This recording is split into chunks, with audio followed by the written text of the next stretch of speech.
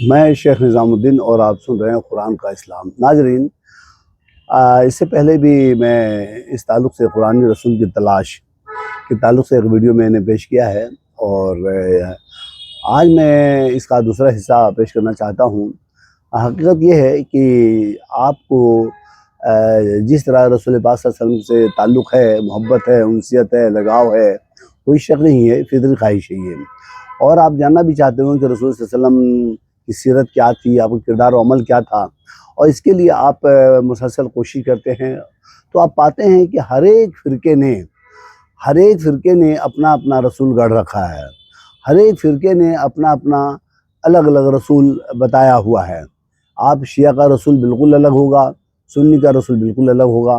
آپ اسی طرح دیکھیں گے کہ دیوبندی کا بالکل الگ رسول ہوگا، بریلوی کا بالکل الگ ہوگا، اہل حدیث بالکل الگ ہوگا، اور اسی طرح حنفی، مالکی، شافعی وغیرہ کا سب کے الگ الگ ہوں گے۔ تو یہ تقسیم ہونا ان کا بتا رہا ہے کہ ہر ایک نے اپنا اپنا من پسند رسول گڑھ رکھا ہے، جس کا قرآن سے کوئی تعلق نہیں ہے۔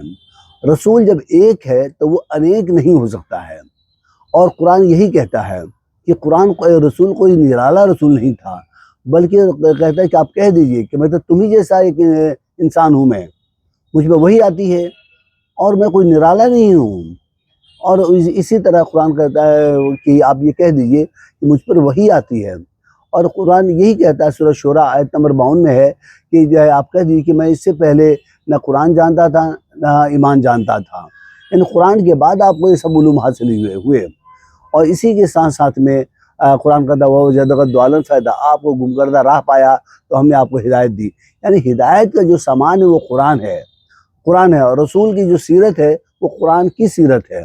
تو گویا کہ قرآن اپنا رسول، اللہ تعالیٰ نے اپنا رسول کے بارے میں جو تعارف قرآن میں خود کرا دیا ہے، اور اصل ماخذ قرآن ہی ہے۔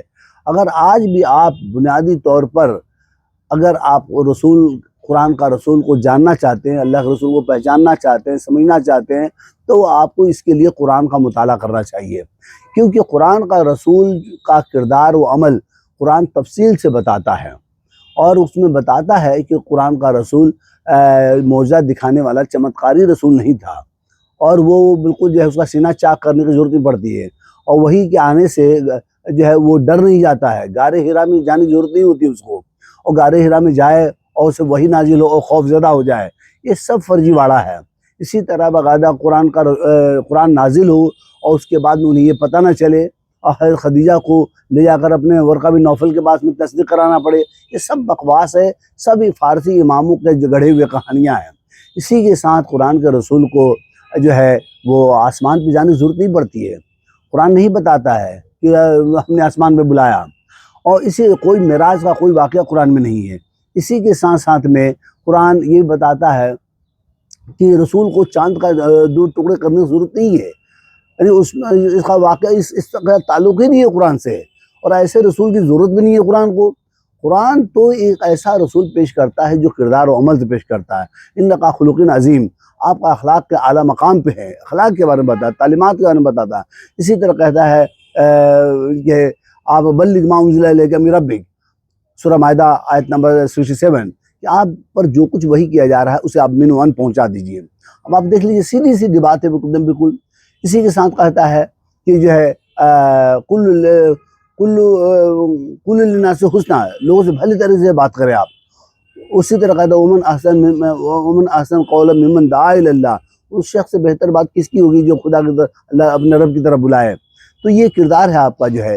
اسی کے ساتھ قرآن یہ بھی بتاتا ہے کہ آپ جب ہجرت کر چکے ہیں، کئی شادیاں کرنے کی ضرورت نہیں پڑتی ہے۔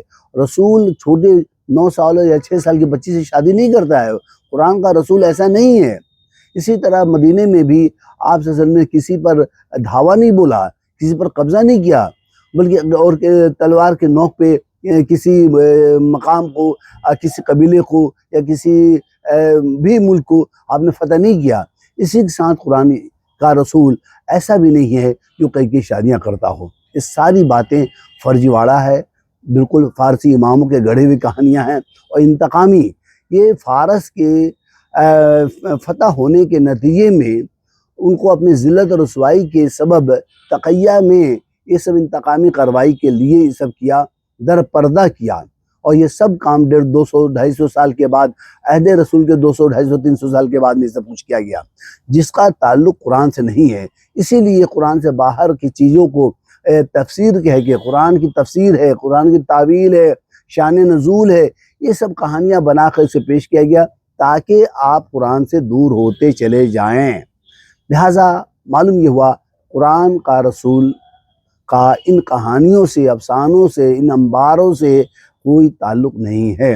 اس کے لیے آپ اگر چاہیں تو قرآنی رسول کی تلاش ایک کتاب کا مطالعہ کر سکتے ہیں۔